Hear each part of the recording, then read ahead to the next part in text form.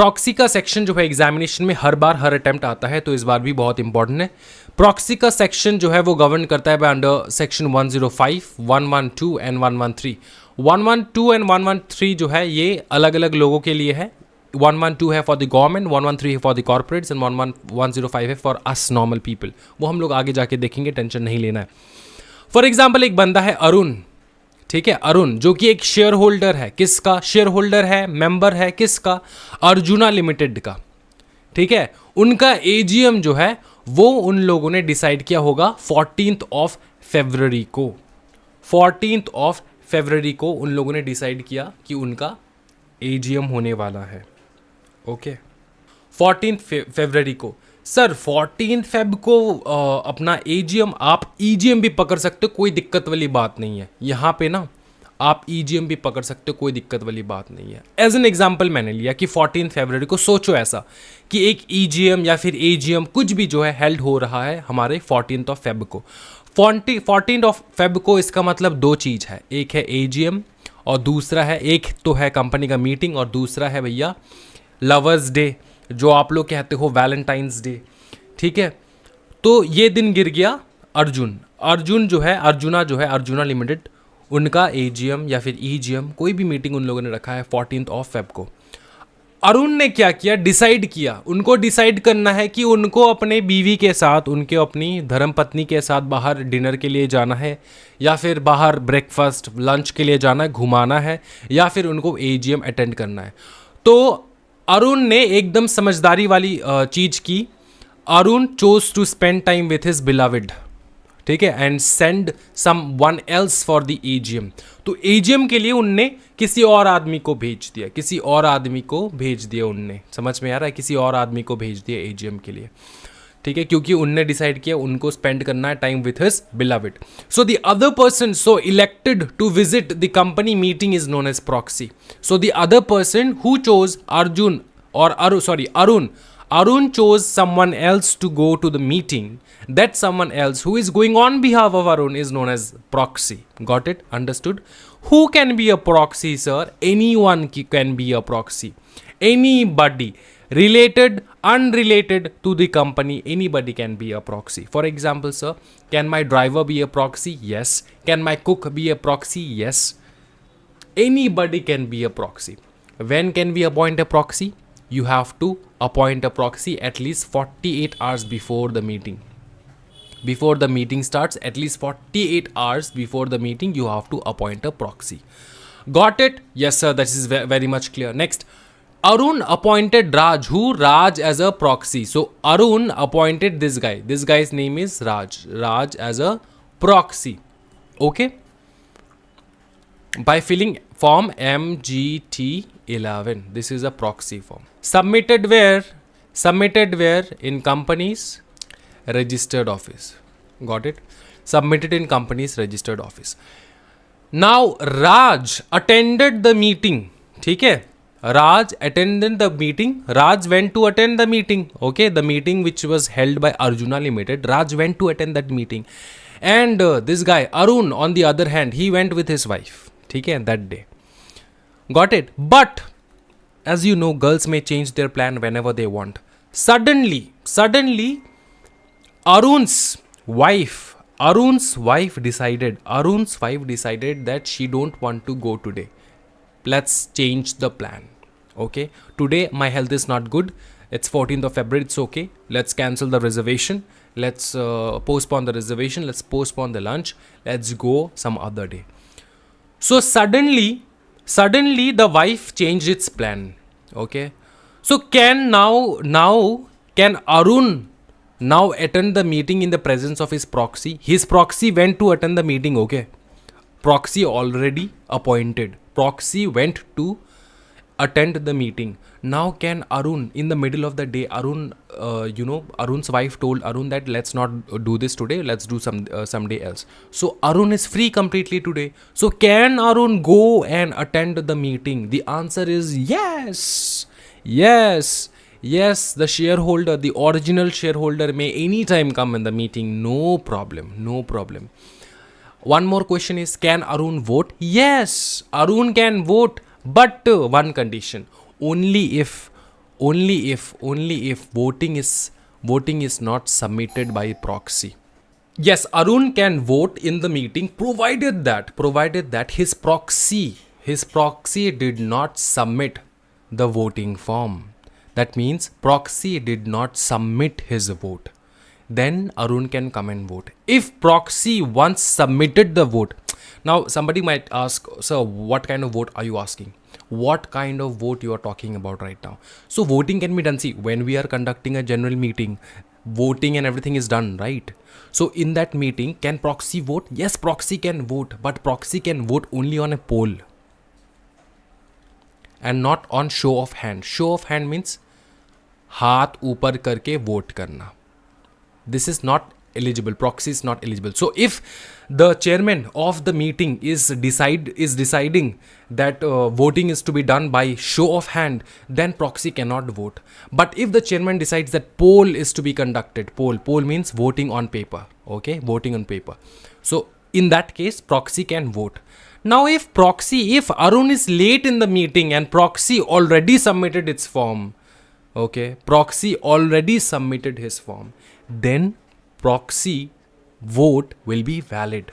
Okay, Arun can't come and vote. Got it? Haji. Now if proxy just have taken the paper and he was about to go and submit and suddenly Arun came and stopped him. So that can be done. Arun can stop the proxy anytime he wants, and then if he is present in the meeting, he can vote and then he can submit the paper. Is that clear? Tell me the powers of proxy. What are the powers of proxy? Proxy has no powers actually. Proxy can only vote on a poll. When there is a poll, proxy can vote. Got it? And proxy even doesn't have any right to speak. Proxy has no right to speak. So proxy cannot speak at all. Proxy will never be able to speak in a meeting. Got it? He is not allowed to. So what can he do in a meeting? He can just go, and if poll is conducted, he can vote. That's it. Nothing else. Okay, tell me one thing. If two or more proxy have been appointed, then, for example, Arun on 4th of January. No, it's too early, right? So we will do the meeting was on which day? Oh, 14th, right? Yeah. So on 4th of February, Arun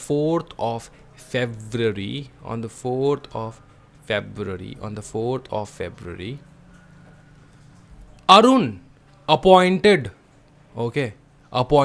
his cook to be the proxy. Suddenly, after 1-2 days, the cook told Arun that, sir, I can't go for the meeting. I can't go for the meeting because I have to go to my village. My dad or my mom is sick, okay, due to the eye virus that is, circulating everywhere, okay. So that's why cook cannot go. Then again, on date 9th, Arun appointed his car driver to be the proxy. Just go and vote and come, right? To be the proxy. Driver also, after date 9, date 10th, driver cancelled. Driver told that, sir, my health is not good, I can't go. Date 11th, 14th is the, 14th is the meeting date. Okay, 14th. Date 11th, Arun appointed his manager. Arun was a businessman. So he had a manager. He asked his manager, requested his manager, hey, सुनना, तू जाके meeting attend करके आ सकता है? Manager told, okay, no problem. I don't have any girlfriend or wife, so I can go on date 14, no problem. So manager agreed to go to the meeting. Okay, manager agreed to go to the meeting for what? For voting and attending the meeting on behalf of Arun. Now, so this is one case, okay? This is case one. So the question is, so many proxies were appointed, yaar. Which proxy is valid? This is the question.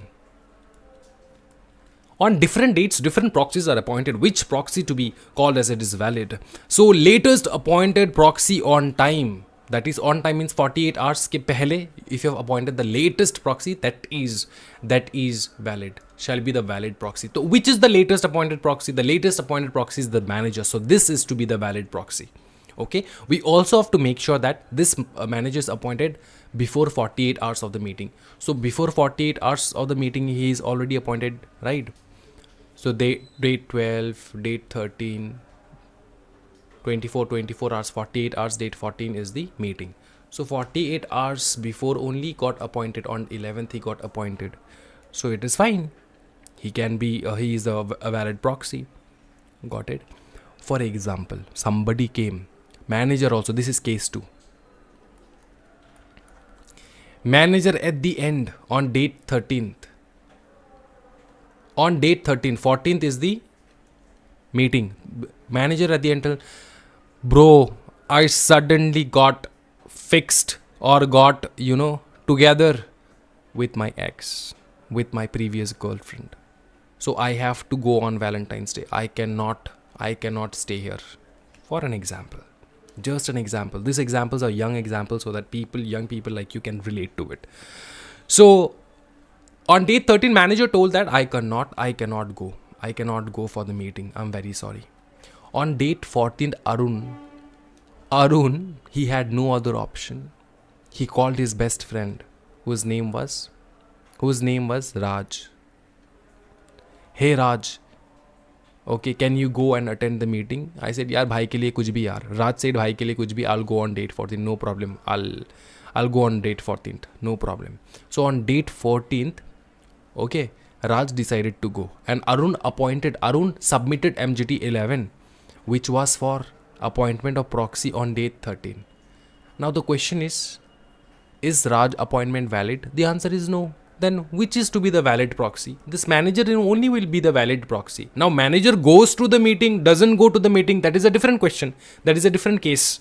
Manager should go because he is eligible. The question is he eligible or not? Yes, the manager is eligible, but Raj is not eligible. Why, sir? Why Raj is not eligible? Because you have not followed the direction of 48 hours. You have to appoint the proxy 48 hours before the meeting. Now you have appointed Raj on 13th and 14th is the meeting. So this is a breach of 48 hours. There is no 48 hours in between. Right, so the requirement of 48 hours is not satisfied. So that's why Raj appointment is not valid. The previous appointed proxy was the manager, which was appointed on time. That's why manager is valid. Okay, now if manager wants to go, he can go. If doesn't go, no problem for the company. Right, company doesn't care if you come or don't come. It is you who has the headache that okay, I have to send someone to vote on behalf of me. Now see this proxy thing, this is a proxy guy, right? Proxy is kind of a business for a lot of people. Okay, one person can be a proxy for a lot of other people. So the question is, can one person be proxy of 2 members at the same time? The answer is yes. Maximum 50 members. Forget about 2. One person can be a proxy, can vote on behalf of 50 different members. 50 different members. One alone person can vote on behalf of 50 members. So he will take money from this 50 members. Now give me 500 rupees each. I'll go on behalf of you and vote. So this person can be a proxy. One person can vote. One person can vote on behalf of 50 members. One person can vote on behalf of 50 members. One person can vote on behalf of 50 members. Provided that provided that. What do you understand when we say provided that? That means kintu parantu means there is a but and if over here. But if provided that ये जो 50 members है ना, this 50 members, their total shareholding in the company shall not be more than 10% of the paid up share capital. Okay, that means this 50 members total shareholding, कितना share खरीद के रखा है इस कंपनी में, तो it should not be more than 10%. If it is 10%, then this 50 members, one person can be a proxy for this 50 members. Now sir, if one alone person has 10%, anybody who is being his proxy can be only his proxy, nobody else, because he alone he's holding 10% of the paid up share capital. If any person has 5% paid up share capital and he appoints a proxy, then his proxy can be proxy of other 5% of the paid up share capital members, whoever members, like this 5% can be held by 1, 2, 3 or even 50 members altogether, small shareholders, right? So that's why this one person alone, one proxy can be a proxy of 50 members, provided that this 50 members shareholding is not more than 10% of the paid up share capital. Got it? And if a proxy decides to be a proxy of one member who himself has 10% paid up share capital, so he can't be a proxy of any other member, because total 10% shareholding, one person, he individually is holding that share capital, right? So that's why. Now, can one person be a proxy for 2% shareholder, 2% shareholder, 2% shareholder? Yes, in total 10%. Now in this 2% or 1%, now this is percentage. This percentage can go absurd, unlimited members. So 1% shareholding can be held by 60 members also, can be held by 60 members also. 1% shareholding can be held by 60 members also. Can a proxy be a can a person be a proxy of the 60 members? No, maximum 50, not 60, sir. But 1% here to 10%, you have to see both to be seen. 1% fine, no problem with the percentage, but the problem is with the number, maximum 50, not 60. So both you have to consider. Whenever you are going to be a proxy for somebody, you have to see what is his shareholding. Is it 10% or above? If it is 10%, so you can be a proxy of only that person, nobody else. Okay, because maximum 10%. And if there are 50 members holding 10%, then you can be the proxy of all this 50%. You can be a proxy of all this 50%, no problem. 50%. Because they are holding in total, their shareholding is 10% only, not more than that. Is that clear? Okay. Provided that their total shareholding shall not be more than 10% paid up share capital. Section 105 क्या कहता है पता है? Section 105 कहता है कि proxy for members, मतलब normal member जो हम और आप है, ठीक है.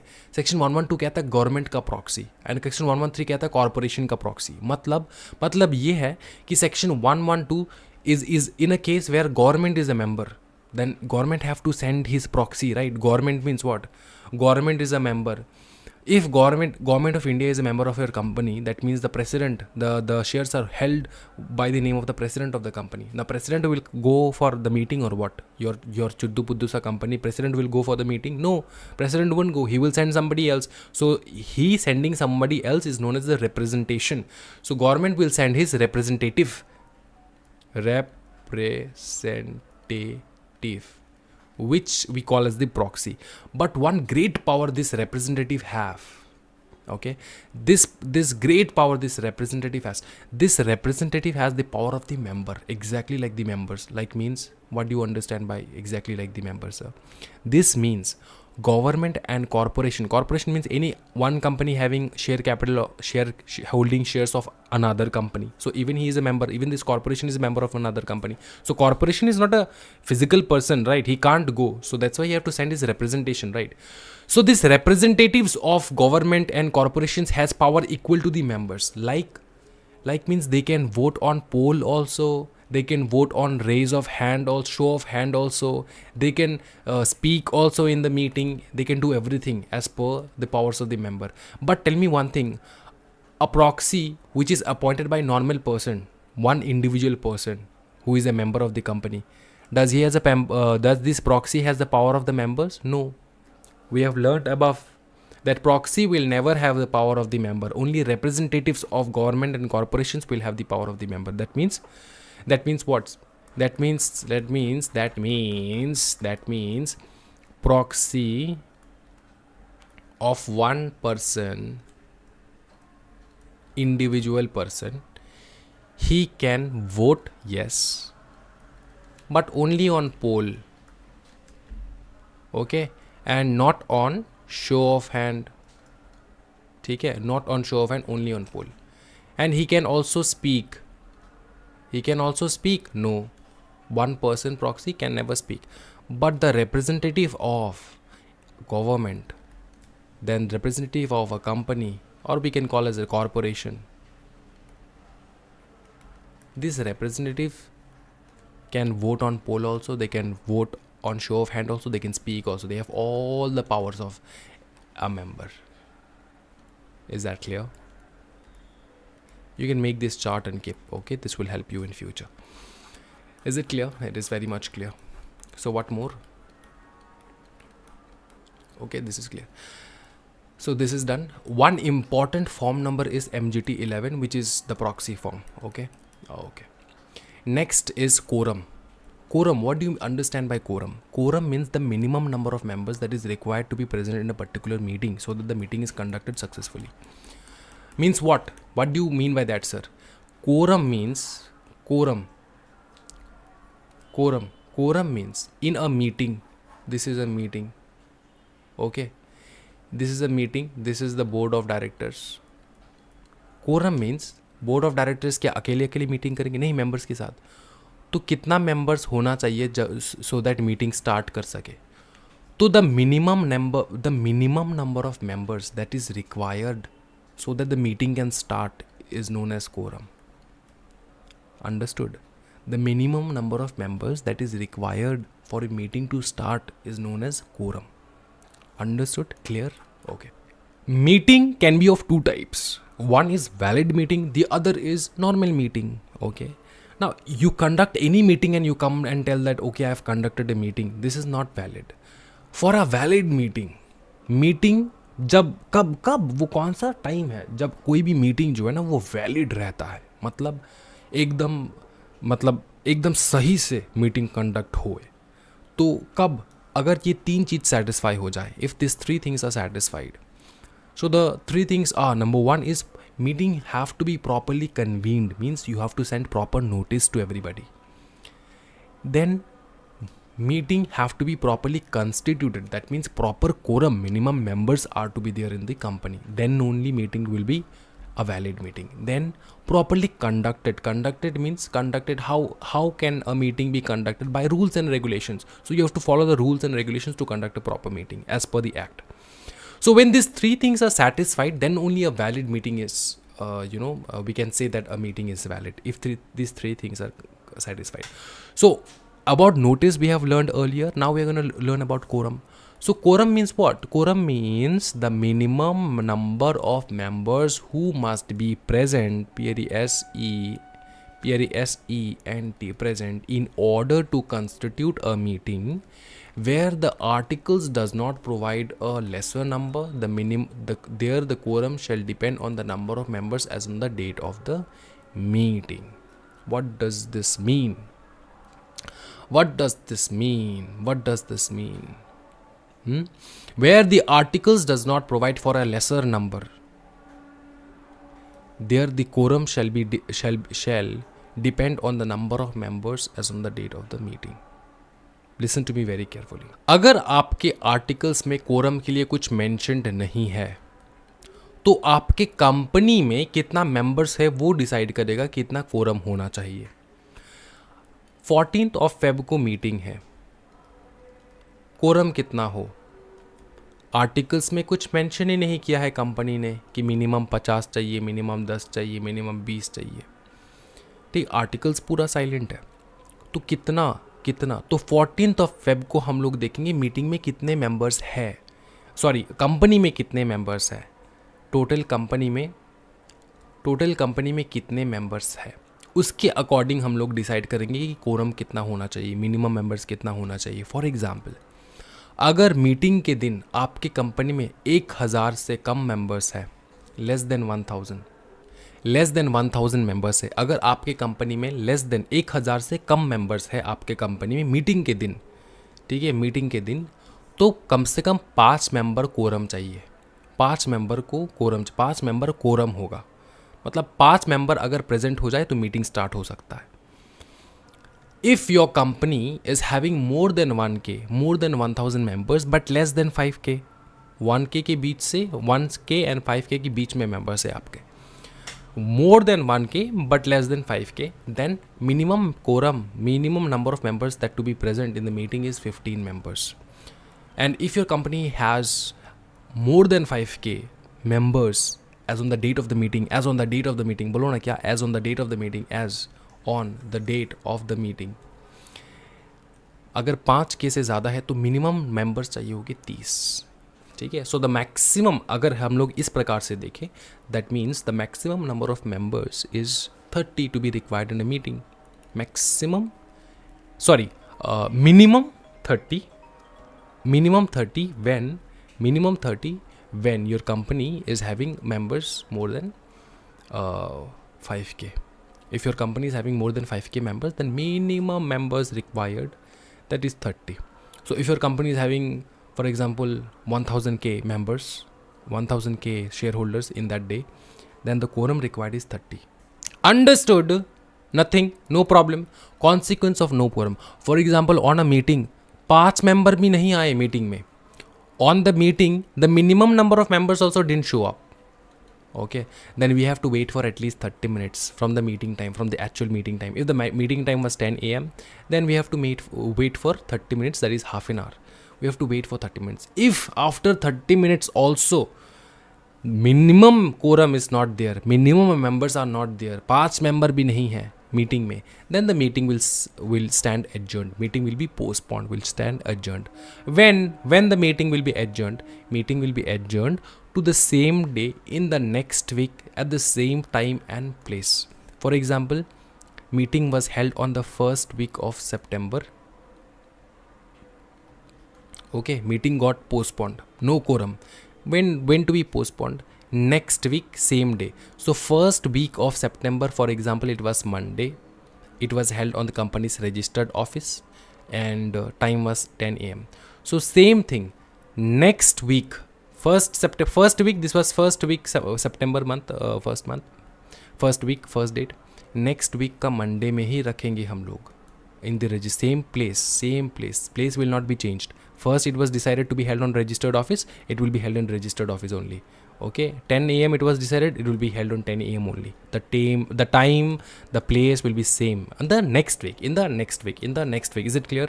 Meeting shall stand adjourned in the same day. Same day means what? It was Monday now, so next week Monday only we will conduct. Same day, next week, same time and place. Is that clear? Clear. Meeting called by requestist. If meeting called by requestist, we have learned about when meeting is called by requestist. Requestist sometimes calls meeting under section 100, that is extraordinary general meeting. Sometimes requestist also call meeting, right? So if requestist, they themselves are calling a meeting and they themselves are not attending the meeting, the quorum is not present, then we will just directly cancel the meeting itself. We will not make it adjourned. We will not postpone the meeting. We will directly cancel the meeting. Got it? Meeting will not be held. Notice of an adjourned meeting. You also see, normal meeting you have to send 21 days clear notice. Here you have to send 3 days notice. 3 days before the meeting you have to at least send a notice. Okay, that meeting is going to be held in the next week. This also notice you have to publish in the newspaper वगैरह में. You can send the notice, and also you can send by emails and all. Got it? Notice of an adjourned meeting is also to be given. When? 3 days before the meeting, at least 3 days before the meeting. This one at least 21 days. This was the normal provision, but this is for normal meeting. But this is adjourned meeting. In adjourned meeting, you also have to give a notice, but this is 3 days before meeting. No quorum in an adjourned meeting. If there is no quorum in an adjourned meeting, adjourned meeting में भी quorum नहीं है. See, normal meeting was conducted the first meeting where no quorum was there, no quorum. So we have postponed it to the next week in the same day, in the same time and place. Okay, in the adjourned meeting also no quorum, then we will cancel the quorum. Sorry, we will not cancel the meeting. Then the members present shall be quorum. जितना भी members, अगर एक member भी आए ना meeting में, वही quorum हो जाएगा. Understood? In an adjourned meeting, if only one member also present na, that is only quorum. If for example in a meeting 30 members are to be required as a quorum, but only 15 came in the adjourned meeting. Normal meeting 15 came, meeting will be adjourned. In adjourned meeting also only 15 came, 30 members didn't show up. That time this 15 members only we will consider them as quorum and we will continue the meeting. Got it? Got it? Is it clear? Crystal clear? If yes, then drop a comment in the comment section. Say that sir, it is clear. It is clear. Notice we have already understood. Notice to be given clear 21 days and clear to 21 plus 2 days. For example, if you are sending by post. AGM के लिए, this is the chart we have done in the previous class. You can read this once. Okay, statement to be annexed to notice. This is the statement which we have to annex to the notice. Means you have to staple the statement to the notice. When you're sending a notice, now, when you're sending a notice, an additional paper you have to send. This additional paper is known as statement to be annexed to notice. This additional paper is known as explanatory statement. Why do we need an explanatory statement, sir? Why do we need an explanatory statement? Why do we need an whenever there is special business, whenever there is SR in GM, special resolution, we are passing special resolution on general meeting. For every special resolution we have to attach an explanatory statement to the notice. Special resolution means special businesses that are to be discussed in the meeting. So special business means these are special things. So special matters, okay, these are special matters which are to be discussed in a meeting. So we have to attach an paper which is known as explanatory statement. This explanatory statement explains about these matters in the notice, okay, so that when people read the notice, they are not confused about anything. They also get an explanation to all the matters that to be discussed in the meeting. So this, after reading this explanation, why do we attach this explanatory statement? So that the members can understand the businesses to be transacted in the meeting more properly, so that they can take a conscious decision. Okay, this is to be done, this is not, because it is clear in my mind what is going on, for explaining the matters.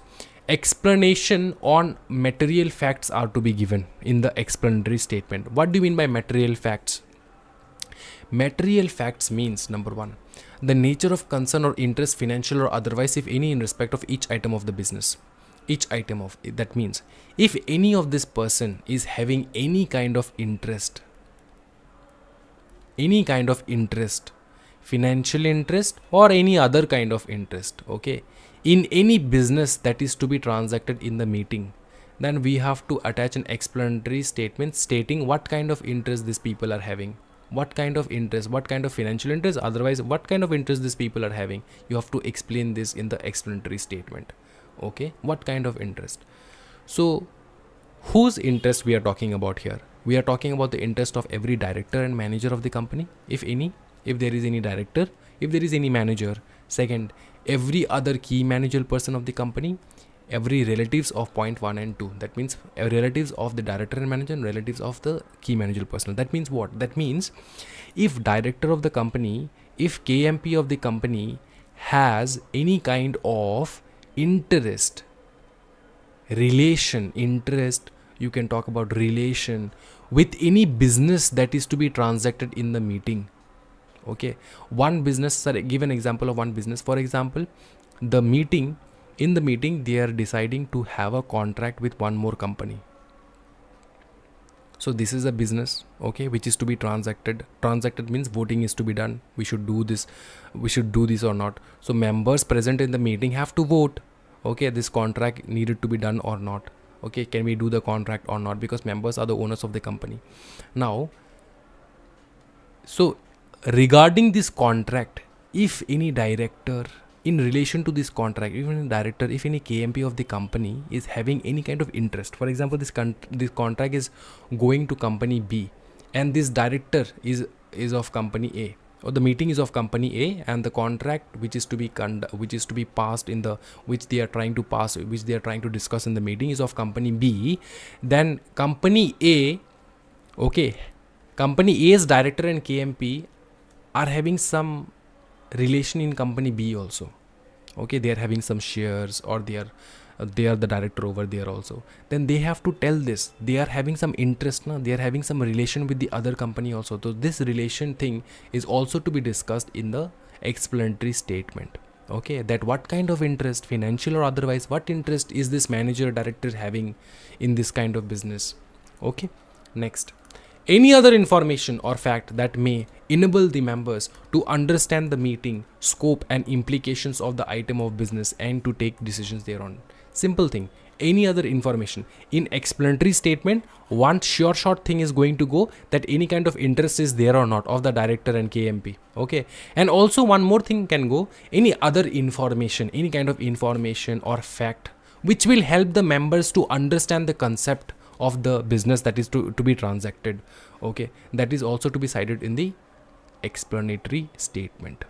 Okay, that is also to be cited in the explanatory statement, where in the explanatory statement they have to cite this so that members can understand, the meeting scope and implications of the items of the business.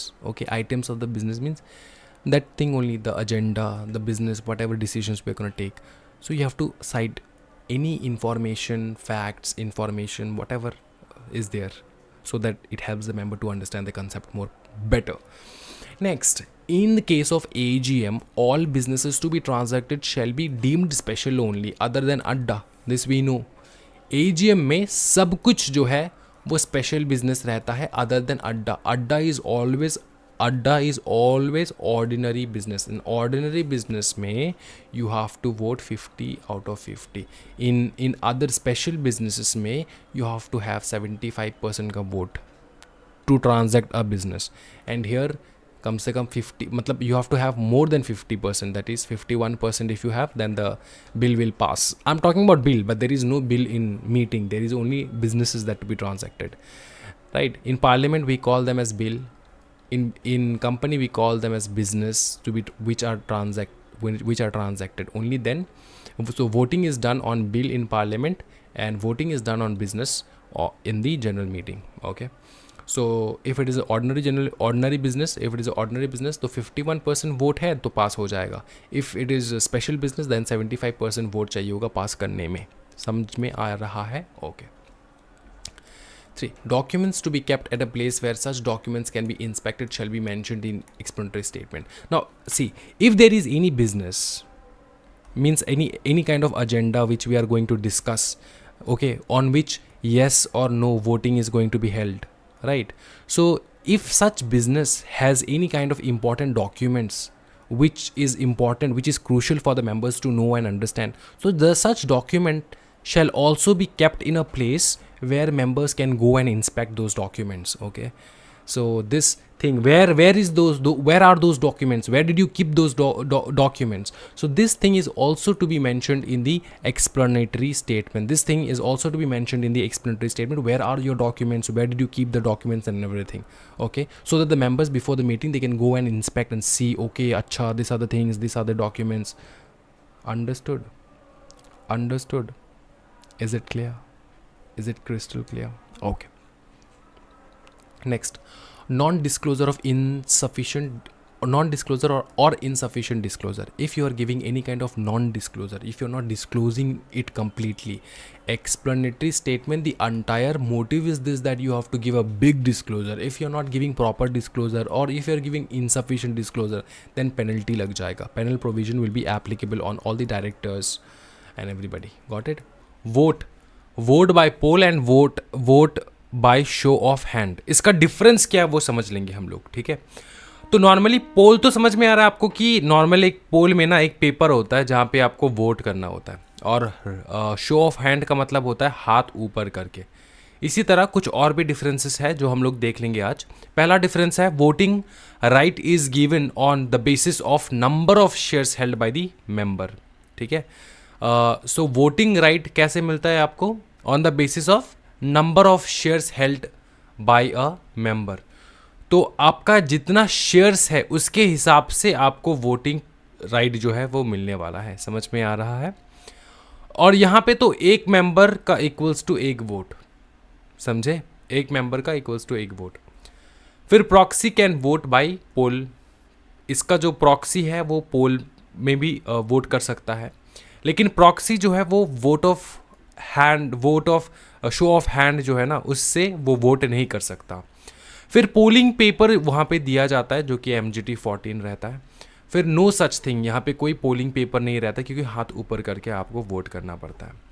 Section 109 deal करता है with voting by poll and section 107 show of hand. फिर poll can be demanded by chairman और member holding at least 1/10 paid up share capital और paid up shares of ₹5 lakh. तो अगर for example normally क्या होता है ना, मीटिंग में शो ऑफ हैंड से ही वोटिंग स्टार्ट होता है, लेकिन चेयरमैन कहता है, चेयरमैन को अगर सही लगे तो चेयरमैन कहेगा नहीं भाई हम लोग वोट करेंगे थ्रू पोल. तो तो पोल से वोटिंग होगा, या फिर मेंबर्स जिनके पास 1/10 पेड अप शेयर कैपिटल है, या फिर 5 लाख का पेड अप शेयर कैपिटल का शेयर्स है, 5 लाख रुपए का, ₹5 लाख का शेयर्स है, तो वो लोग भी पोल डिमांड कर सकते हैं, कोई दिक्कत वाली बात नहीं है। और यहाँ पे जो शो ऑफ हैंड है वो तो normally unless poll is demanded voting shall be done by show of hand only. इसका मतलब ये होता है कि until and unless poll demand कर ले। कौन डिमांड करता है पोल, बताओ? पोल डिमांड करता है अपना चेयरमैन या फिर अपने मेंबर्स। तो अनटिल एंड अनलेस वो लोग पोल डिमांड करें तब तक के लिए भैया हम लोग शो ऑफ हैंड से ही वोट करेंगे। ये रहा डिफरेंस, ये डिफरेंस आप लोग को जान लेना होगा।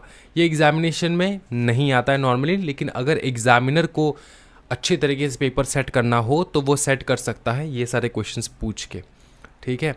ओके, अब दो चीज़ हम लोग देखेंगे। अच्छा, एक ही चीज़ देखेंगे हम लोग यहाँ पे। एक है प्रॉक्सिस का इंस्पेक्शन। इसका मतलब क्या होता है प्रॉक्सी का इंस्पेक्शन? देखो, मीटिंग में आने से पहले आपको भी जानना होगा, आप भी तो उत्सुक रहोगे ना कि कौन कौन प्रॉक्सी जो है भेजा है खुद नहीं आकर, वो कौन है जिन लोगों ने प्रॉक्सी भेजा है। तो क्या आप ये जान सकते हो? यस, आप जान सकते हो। मीटिंग के 24 आवर्स पहले, ठीक है, समझ में आ रहा है? मीटिंग में मीटिंग को कंडक्ट, मतलब मीटिंग अब कंडक्ट होगा, ठीक है, मीटिंग को कंडक्ट होने में 24 आवर्स बचा है, ठीक है, बचा है। तो तब जाके आप प्रॉक्सी को जो है देख सकते हो। 24 आवर्स से पहले आप प्रॉक्सी को जाकर नहीं चेक कर सकते कि कौन प्रॉक्सी है, क्योंकि तब तक तो भैया प्रॉक्सी फॉर्म वगैरह, प्रॉक्सी का रजिस्टर वगैरह सब कुछ मेंटेन कर रहा होता है कंपनी। तो मीटिंग के जस्ट 24 आवर्स बचा है अभी मीटिंग के, तो अब आप शुरू हो सकते हो, आप जा सकते हो, जाके देख सकते हो, ठीक है? तो यह है जनरल प्रोविजन। यहाँ से एक बार देख लेंगे। Proxy form can be inspected by members when 24 hours are left to start the meeting till the conclusion of the meeting। जब देखो 24 आवर्स से लेकर मीटिंग के कंक्लूजन तक पूरा टाइम है, आप आराम से देखते रहो प्रॉक्सी का फॉर्म। समझ में आ रहा है? ओके। उसके बाद only during business hours, business hours के दौरान, अब कंपनी का बिजनेस आवर्स अगर 9 to 5 है तो उसी के दौरान आप चेकआउट कर सकते हो प्रॉक्सी का फॉर्म। फिर है by giving at least 3 days written notice before such inspection at company's registered office। आप सीधा मुंह उठाकर नहीं जा सकते, आपको कंपनी को पहले से 3 दिन पहले कम से कम बताना होगा कि कंपनी हम आ रहे हैं, मैं आना चाहता हूँ, मैं देखना चाहता हूँ कंपनी का प्रॉक्सी फॉर्म। तो कंपनी जो है वो रेडी करके रखेगा आपके लिए। क्या ये समझ में आ रहा है? हाँ। अब हम लोग करेंगे वोटिंग। अब हम लोग देखेंगे वोटिंग। वोटिंग जो है ना वो 2 प्रकार का हो सकता है यहाँ पे। एक है इलेक्ट्रॉनिक वोटिंग, दूसरा है पोस्टल बैलेट 110। ये 2 प्रकार के वोटिंग्स हम लोग देखेंगे। पहले देखेंगे इलेक्ट्रॉनिक वोटिंग। सबसे पहले मैं आपको समझा देता हूँ कि इलेक्ट्रॉनिक वोटिंग होता क्या है। इलेक्ट्रॉनिक वोटिंग का मतलब ये होता है कि आप घर बैठे आपके लैपटॉप, मोबाइल फ़ोन, कंप्यूटर में बैठ के आप वोट कर सकते हो कंपनी की मीटिंग का। कंपनी की मीटिंग में जो भी रेजोल्यूशन पास होगा उसका वोटिंग आप घर बैठे बैठे कर सकते हो। वो होता है electronic voting, e voting. Postal ballot का मतलब होता है पोस्ट के थ्रू वोट करना। अब जब ये पोस्टल बैलेट का सेक्शन आएगा तब मैं इसको और बेटर तरीके से समझाऊंगा। अभी के लिए आप समझो कि e voting equals to 108, that is section 108 equals to e voting. E voting कहता क्या है? देखो, ई वोटिंग कौन से कंपनीज को मैंडेटरी है ई वोटिंग करवाना। पहला है एवरी लिस्टेड कंपनी, और हर लिस्टेड कंपनी नहीं, वो लिस्टेड कंपनी जिनका लिस्टिंग इक्विटी शेयर्स का हो रखा हो, ठीक है? Every company who has listed their equity shares on the stock exchange. समझ में आ रहा है? ये आप लिख भी सकते हो, साइड में कहीं पे लिख लो। Every company who have listed its equity shares on the stock exchange, every company who have listed their equity share और its equity share in the stock market. अच्छा, ये जो एवरी लिस्टेड कंपनी ब्रैकेट में मैंने equity share लिख के रखा है, ये आपके इजी अंडरस्टैंडिंग के लिए, लेकिन लिखना तो उसी प्रकार से जैसे मैंने आपको बताया, every company who have listed their equity shares on the stock exchange, वो, ठीक है? तो लिस्टेड कंपनी, हर लिस्टेड कंपनी नहीं, वो लिस्टेड कंपनी जिनका इक्विटी शेयर्स लिस्टेड है, ठीक है। अच्छा, ये एक कंपनी है, इनको तो देना ही पड़ेगा, इनको तो ई वोटिंग का फैसिलिटी पूरा पूरा देना ही पड़ेगा। उसके अलावा है every company having not less than 1K members. तो अगर आपके कंपनी में एक 1000 तक का मेंबर्स है, 1000 तक का मेंबर्स है, तब आप जो है बताओ ना क्या, तब आप जो है आपको प्रोवाइड करना होगा। Shall provide all its members the facility to vote through electronic means. क्या ये समझ में आ रहा है आपको? हाँ सर, समझ में आ रहा है। और बताओ सर, प्रोसीजर क्या रहेगा? Notice of meeting, notice of meeting आप कैसे भेजोगे? रजिस्टर्ड पोस्ट के द्वारा भेजोगे, स्पीड पोस्ट, इलेक्ट्रॉनिक मीन्स या फिर कोरियर सर्विस के द्वारा आप भेजोगे, ठीक है। फिर notice to be hosted on company's website, और ये नोटिस जो है वो आप कंपनी के वेबसाइट में भी होस्ट कर दोगे। नोटिस कंटेनिंग दी पर्टिकुलर्स, नोटिस में ये सारा चीज़ मेंशन करके रखना होगा आपको। ये सर कौन से नोटिस के बारे में बात करें भैया? वो जो मीटिंग के 21 डेज पहले जो हम लोग नोटिस भेजते हैं ना, उस नोटिस के बारे में बात करें हम लोग, ठीक है। नोटिस में क्या क्या लिखा होगा? Company is providing with facility for voting bye electronic means. भाइयों बहनों, हम लोग, ये जो कंपनी है, ये कंपनी प्रोवाइड कर रहा है फैसिलिटी इलेक्ट्रॉनिक मोड में वोट करने के लिए, तो ये बात आपको बताना होगा ना, ये बात आपको बताना होगा आपके नोटिस में। फिर facility for voting either through electronic means voting system और बैलेट और poll shall also be mentioned available at the meeting who has not casted their vote through e mode. तो अगर देखो, ई मोड ये optional है, optional है, company के लिए नहीं, मेंबर्स के लिए, हमेशा याद रखना। ये जो ई वोटिंग है ना, ये ऑप्शनल है। ऑप्शनल किसके लिए है? कंपनी के लिए नहीं, मेंबर्स के लिए। मतलब अगर ये वाले कंपनीज है ना, तो उनको तो देना ही होगा, मैंडेटरी है। अब मेंबर्स का मर्जी है कि वो ई मोड से वोट करेंगे या फिर आपके दरवाजे पे आके रजिस्टर्ड ऑफिस में, मतलब जहाँ पे मीटिंग हो रहा है वहाँ पे बैठ के वो लोग वोट करेंगे, वो मेंबर्स के ऊपर है। समझ में आ रहा है? तो आपको बताना होगा, फैसिलिटी दे रहे हैं हम कि आप इलेक्ट्रॉनिक वोटिंग सिस्टम में भी वोट कर सकते हो, बैलेट में भी कर सकते हो, पोल के माध्यम से भी कर सकते हो, मतलब मीटिंग में आके भी आप वोट कर सकते हो। ये मीटिंग में हम लोग सब कुछ अवेलेबल करवा देंगे। समझ में आ रहा है? जिन लोगों ने ई वोट से वोट नहीं किया, अगर आपने ई मोड से वोट कर दिया और मीटिंग में आना चाहते हो, हाँ आ सकते हो। आप ई मोड से वोटिंग कर दिया, घर बैठे बैठे वोटिंग कर दिया आपने, ठीक है। अब कह रहे हो कि मैं मीटिंग में भी जाऊंगा, तो आप जा सकते हो, कोई दिक्कत वाली बात नहीं, लेकिन आप मीटिंग में दोबारा वोट नहीं कर सकते। That the members who have cast their vote by remote e-voting may also attend the meeting but shall not be entitled to cast their vote again। मतलब आप दोबारा से वोट नहीं दे सकते, नहीं कर सकते। नोटिस में क्या क्या रहेगा? प्रोसेस रहेगा, इंडिकेट द प्रोसेस कि कैसे ई वोटिंग जो है आप करोगे, इंडिकेट द टाइम शेड्यूल, कौन से टाइम में, आईडी, लॉगिन आईडी के बारे में बताना होगा, specify the process and manner for generating और रिसीविंग द पासवर्ड, कि किस प्रकार से आप पासवर्ड जनरेट कर सकते हो, रिसीव कर सकते हो, उसका मैनर सब कुछ आपको नोटिस में ही मेंशन कर देना होगा। अच्छा, नोटिस जो है ना, इसका पब्लिकेशन को भी आपको निकालना पड़ेगा कि नोटिस आप पब्लिकेशन कहाँ कहाँ पे करोगे? न्यूज़पेपर में 21 डेज़ पहले करोगे।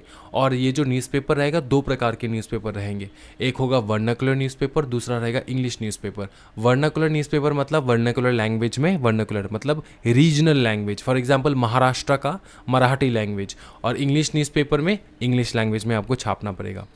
टाइम कौन सा रहेगा वोटिंग का? देखो, ये खुलेगा तो कम से कम नॉट लेस देन 3 दिन, 3 दिन के लिए वो खुलेगा, ठीक है, 3 दिन के लिए वो खुलेगा। और कब बंद होगा? बंद होगा फॉर एग्जांपल 4 तारीख को मीटिंग है, जनरल मीटिंग है ना, और 3 तारीख के 5 बजे बंद हो जाएगा। ये समझ लेना, 3 तारीख के 5 बजे बंद हो जाएगा। Close 5 PM on the date preceding the date of the general meeting. तो अगर 4 तारीख को जनरल मीटिंग है, 3 तारीख 5 बजे शाम के वो बंद हो जाएगा। क्या समझ में आ रहा है आपको? और 3 दिन दिया जाएगा, मिनिमम 3 दिन आपको देकर रखना होगा for voting through e mode. अच्छा सर, मीटिंग स्टार्ट होने से पहले ही वोट कर देंगे, ऐसा क्यों सर? क्योंकि ई मोड जो है ना, देखो मीटिंग में तो वोटिंग वगैरह होगा ही, तो तब तक तो लेट हो जाएगा ना कि आप लोग कब वोट करोगे ई मोड के माध्यम से, बहुत टाइम लग जाएगा। इसलिए मीटिंग स्टार्ट करने से पहले ही आप लोग को ऑप्शन दिया जाता है, आप ई मोड से वोट कर सकते हो, आप लोग वोट कर लो, 3 दिन का टाइम समय है, सो दैट मीटिंग जैसे ख़त्म होता है रेजोल्यूशन पास हो जाएगा। फिर option for remote e voting to mention optional, मतलब वही नोटिस में मेंशन कर दोगे ना कि ये ऑप्शनल है, मैंडेटरी नहीं है। अपॉइंटमेंट ऑफ स्क्रूटिनाइजर, स्क्रूटिनाइजर मतलब वो बंदा जो स्क्रूटिनाइज करता है, जो गिनता है कितना पॉजिटिव वोट आया है, कितना नेगेटिव वोट आया है। अब वो स्क्रूटिनाइजर कौन हो सकता है? वो सीए हो सकता है, सीएस हो सकता है, सीएमए हो सकता है। ये सब इन प्रैक्टिस रहना, इन प्रैक्टिस वाले सीए का प्रैक्टिस जो कर रहे हैं, सीएस का, सीएमए का, या फिर कोई भी एडवोकेट उनको, या फिर इसके अलावा कोई भी पर्सन जो कि कंपनी के एम्प्लॉयमेंट में नहीं है, मतलब वो बंदा जो कंपनी में एम्प्लॉय नहीं है। फिर होता है काउंटिंग ऑफ वोट्स, फिर रिजल्ट निकलता है वेबसाइट पे, फिर resolution to not to be withdrawn. एक बार रेजोल्यूशन पास हो गया उसको विड्रॉ नहीं कर सकते आप, समझ में आ चुका है? ये रहा पोस्टल बैलेट। अच्छा, नेक्स्ट सेक्शन रहेगा अपना पोस्टल बैलेट, जो कि सेक्शन 110। पोस्टल बैलेट क्या है मैं आपको समझाता हूँ। जैसे पकड़ लो ये एक कंपनी है ना, ये एक कंपनी है, ना ना ना ना ना ना ना ना ना ना ना है ना ना ना ना। फॉर एग्जाम्पल ये कंपनी है, एग्जाम्पल क्या है, ये है ही company. For example exam squad limited, ठीक है, ये कंपनी है। अब सुनना हुआ क्या, होता क्या है कि कंपनी जो है ना, कंपनी भेजता है मेंबर्स को फॉर्म,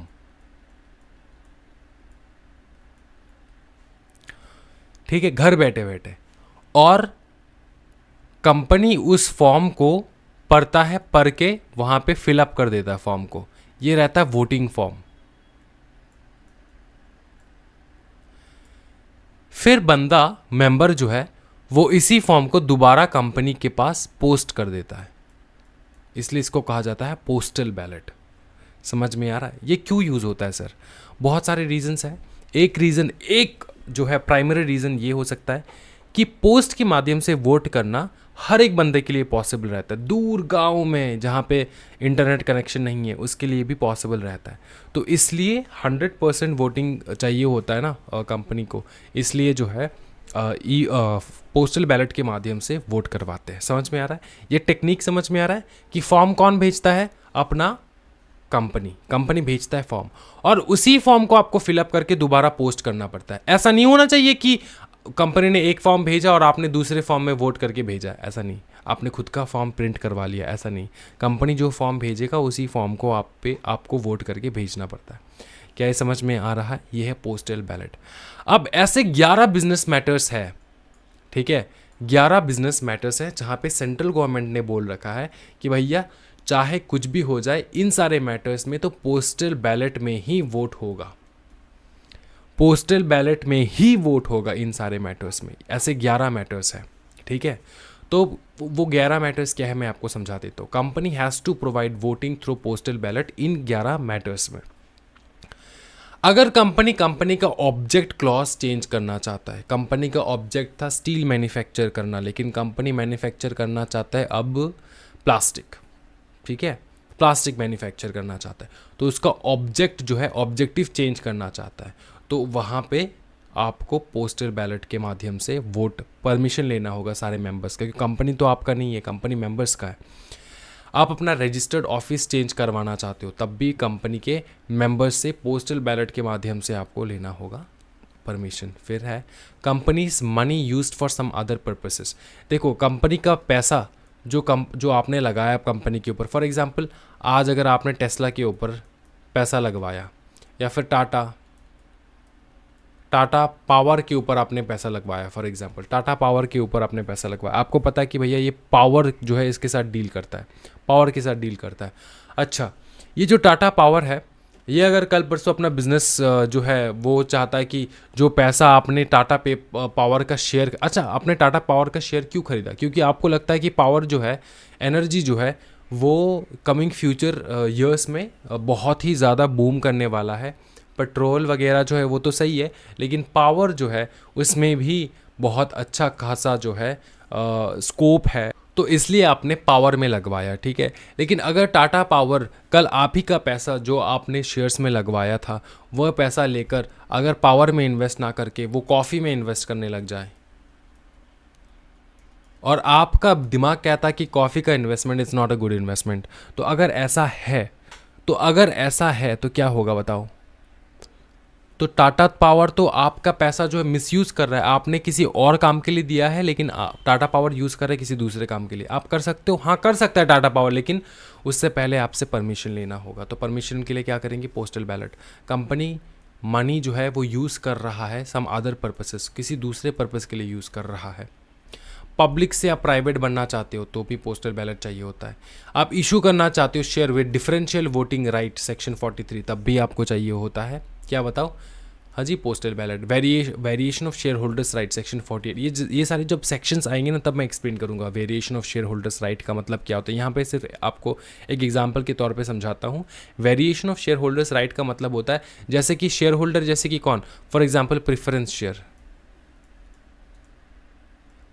शेयर होल्डर, इनका राइट्स है ना, इनका कुछ तो कंपनी के ऊपर, कंपनी में राइट्स रहेगा, उन राइट्स को आप चेंज करना चाहते हो। Variation of share holders right, उन राइट्स को आप चेंज करना चाहते हो, ठीक है। बाईबैक पे भी फिर अपॉइंटमेंट ऑफ, मतलब बाईबैक जब करेंगे तब आपको समझ में आएगा बाईबैक क्या होता है। तो बाईबैक पे भी आपको जो है पोस्टल बैलेट करना होता है अगर बाईबैक आप करना चाहते हो, बाईबैक करना चाहते हो अपने शेयर्स का।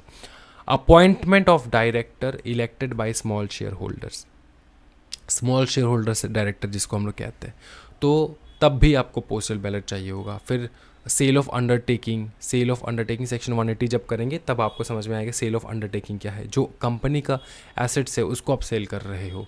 लोन इन्वेस्टमेंट गारंटी सिक्योरिटी देना सेक्शन 186, तब हम लोग समझेंगे कि ये कौन सा सेक्शन है जब हम पढ़ेंगे ये चीज़, ठीक है। एनी अदर रेजोल्यूशन पास, तो इन 11 मैटर्स में जो है ना आपको पोस्टल बैलेट का जो है देना ही होगा फैसिलिटी, समझ में आ रहा है। पोस्टल बैलेट के माध्यम से उनको वोटिंग होता है इन 11 टॉपिक में, 11 जो है रेजोल्यूशंस पे। क्या ये समझ में आ रहा है?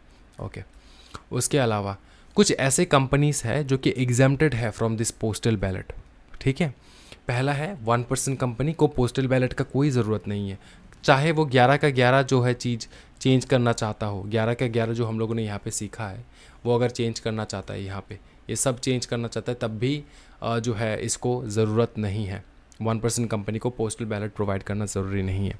फिर है all other companies up to 200 members, अगर आपके कंपनीज़ में 200 मेंबर है तो मतलब प्राइवेट कंपनी, इनडायरेक्टली कहा जा रहा है प्राइवेट कंपनी, तो प्राइवेट कंपनीज़ को भी पोस्टल बैलेट ज़रूरी नहीं है। All other company up to 200 members.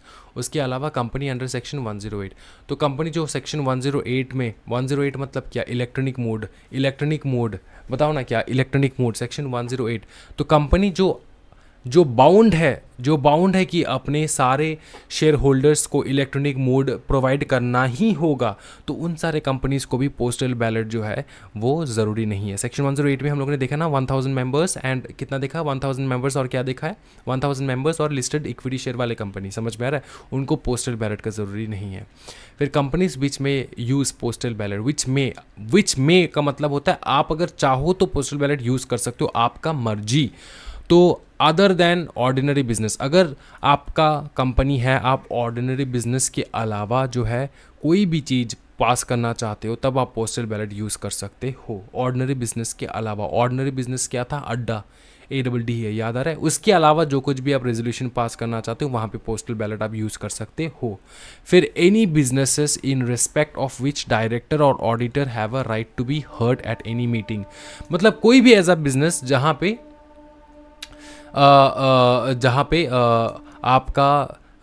आपका जो ऑडिटर है, आपका डायरेक्टर है, उसको कुछ बोलना है और आपको सुनना होगा। देखो क्या होता है ना कि आपके डायरेक्टर्स, आपके ऑडिटर जो है उनको कुछ बोलना है मीटिंग में, तो अगर पोस्टल बैलेट के माध्यम से वोट करोगे तो कैसे आप सुनोगे उनका बात, आप तो घर बैठे बैठे पोस्ट के द्वारा जो है वोट करने वाले हो ना। तो इसलिए बोला जाता है अगर डायरेक्टर को, अगर ऑडिटर को कुछ बोलना है मीटिंग में, कुछ क्लैरिफिकेशंस देना है, या फिर किसी भी इम्पॉर्टेंट चीज़ के बारे में डिस्कस करना है, तो तब पोस्टल बैलेट के माध्यम से नहीं, रेगुलर मीटिंग होगा। रेगुलर मीटिंग जैसे हम लोग मीटिंग में जाते हैं, वोट करते हैं, उस प्रकार से मीटिंग कंडक्ट होगा। क्या ये समझ में आ रहा है आपको? तो any business in respect of which director और auditor have a right to be heard at any meeting, ठीक है। उसके अलावा postal ballot were considered invalid, कहाँ पे कब कब पोस्टल बैलेट इनवैलिड होगा?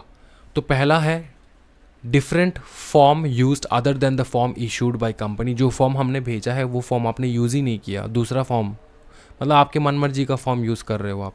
फॉर्म नॉट साइंड, फॉर्म में आपने अपना सिग्नेचर जो है वो नहीं दिया है। फिर सिग्नेचर डजंट मैच, सिग्नेचर जो है वो मैच नहीं कर रहा है।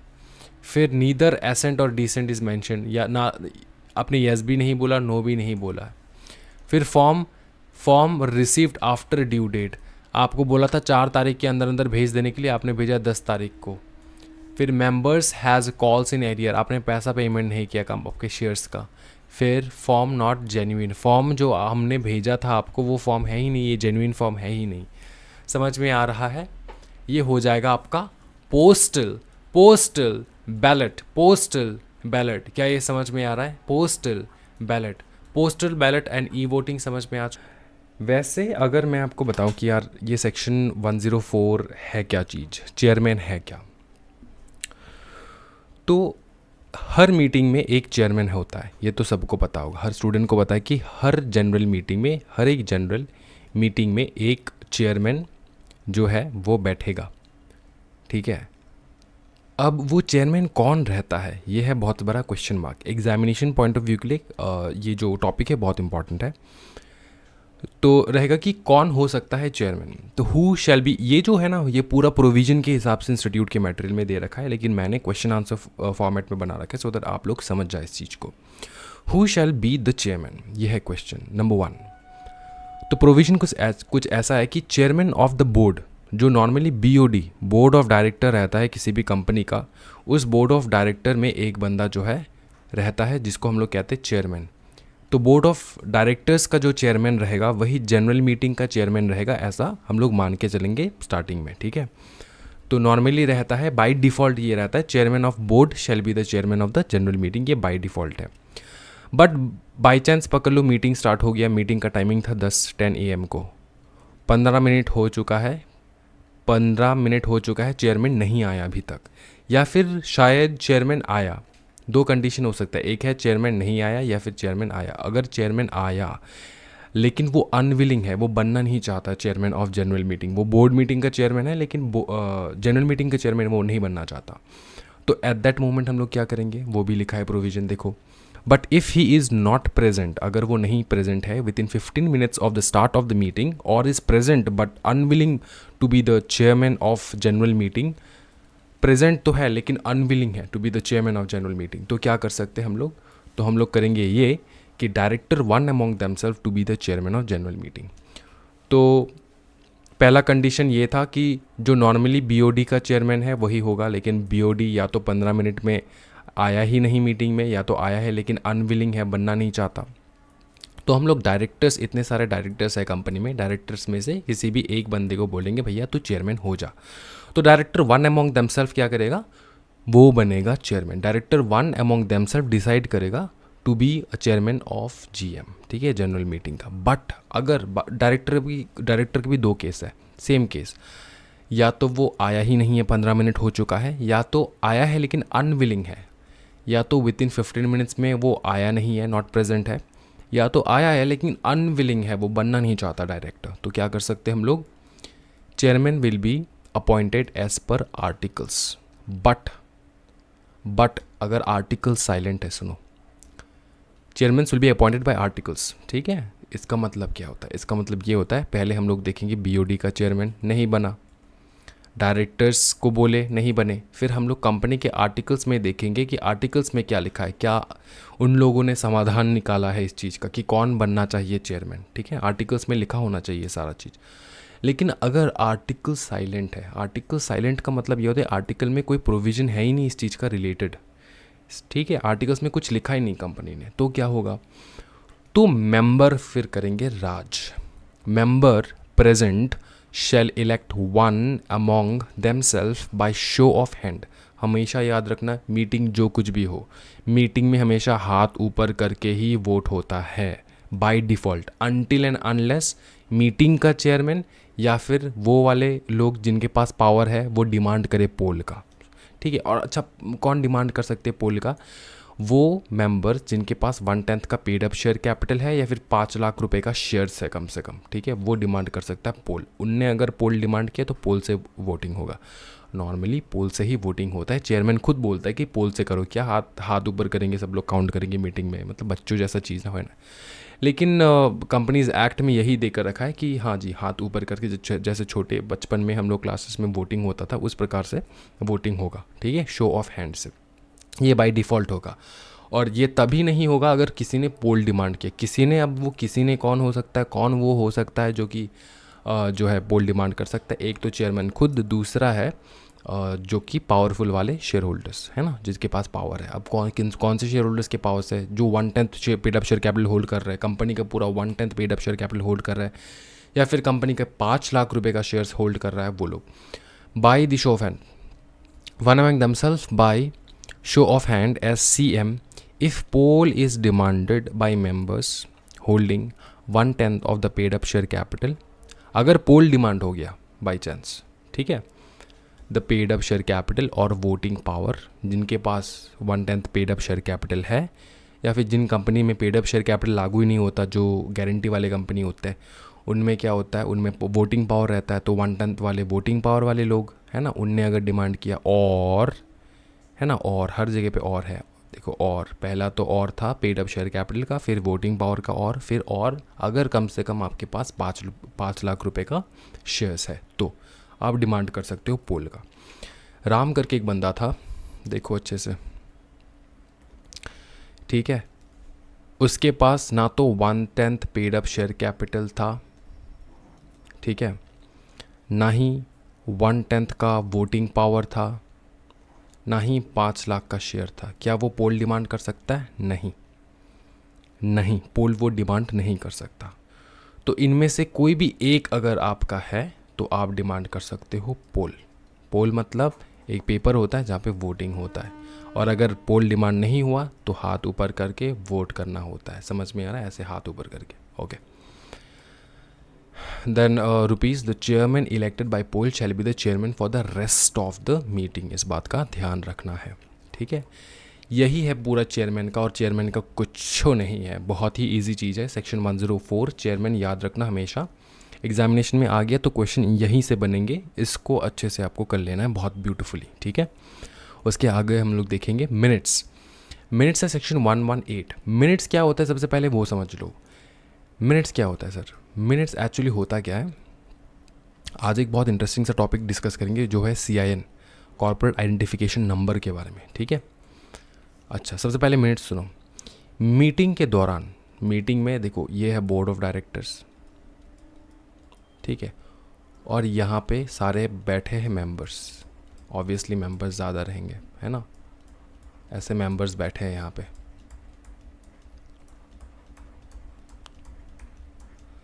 ठीक है, ऐसे मेंबर्स बैठे।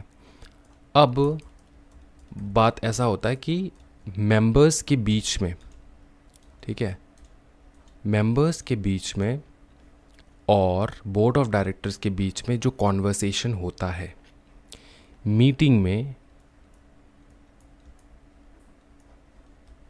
नंबर 1 जो कॉन्वर्सेशन होता है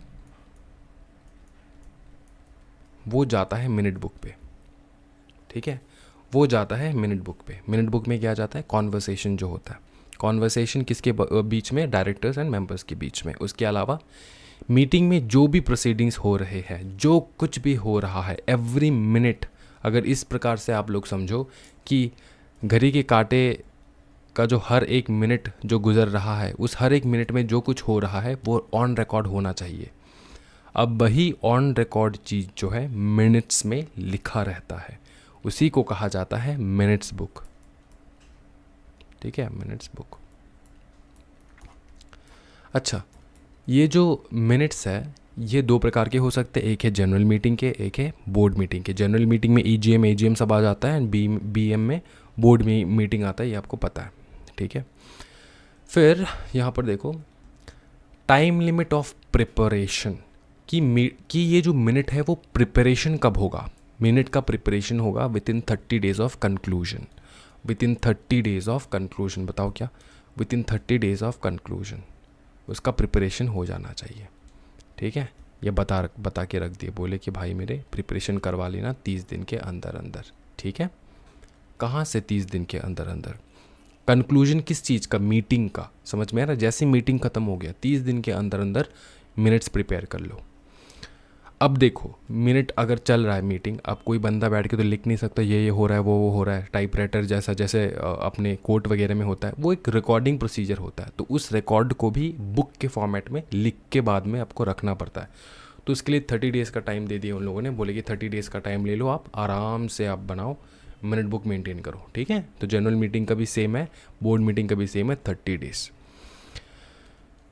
फिर देखो मिनट्स तो बना लिए, अब मिनट्स में जो भी मिनट्स में है उसका जो है वैलिडेशन कौन देगा? वैलिडेशन देगा कंपनी का, कौन बताओ? कंपनी का चेयरमैन। ठीक है, कंपनी का चेयरमैन इन सेंस जो बोर्ड में चेयरमैन बैठा था वो वैलिडेशन दे। कैसे वैलिडेशन? साइन। तो साइन करने का टाइम लिमिट क्या है? वो भी 30 डेज़ के अंदर अंदर है जनरल मीटिंग के लिए, लेकिन बोर्ड मीटिंग के लिए कोई टाइम लिमिट नहीं है।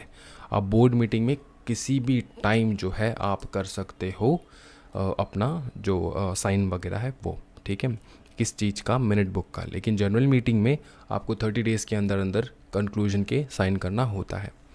Who shall sign? Chairman of GM, जो चेयरमैन रहेगा जनरल मीटिंग का वही साइन करेगा।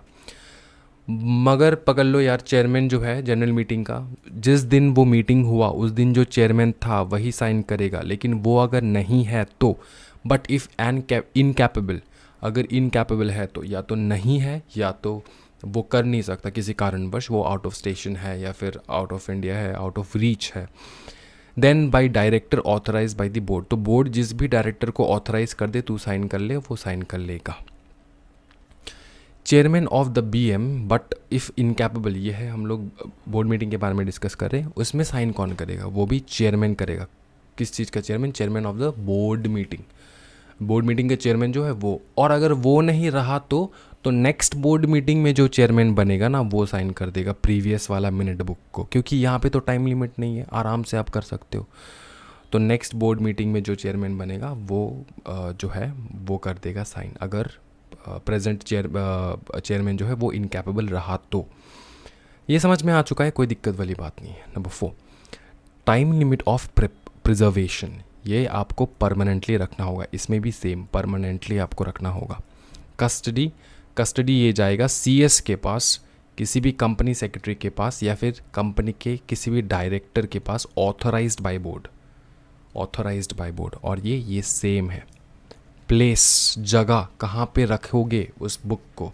रजिस्टर्ड ऑफिस में। और मिनट बुक जो रहेगा बोर्ड मीटिंग का वो एनी प्लेस इन इंडिया में आप रख सकते हो, कोई दिक्कत वाली बात नहीं उसमें। ठीक है, एनी प्लेस इन इंडिया आप आराम से रख सकते हो। इसी के साथ जो है ना मिनट का जो ये छोटा सा पोर्शन था ये कंप्लीट हो रखा है। देख रहा हूँ मैं, एक सेकंड। वर्चुअल मीटिंग ये है, वर्चुअल मीटिंग ये आज करना है ये चीज़, वर्चुअल मीटिंग। ठीक है, आज करेंगे। उससे पहले यहाँ पे एक बार मिनट्स का कुछ देख लेते, मिनट्स का है कि नहीं।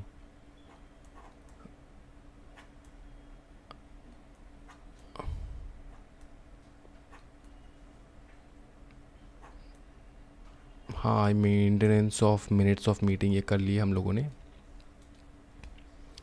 ठीक है, इसमें कोई दिक्कत नहीं, मेंटेनेंस में कर लिए हम लोगों ने।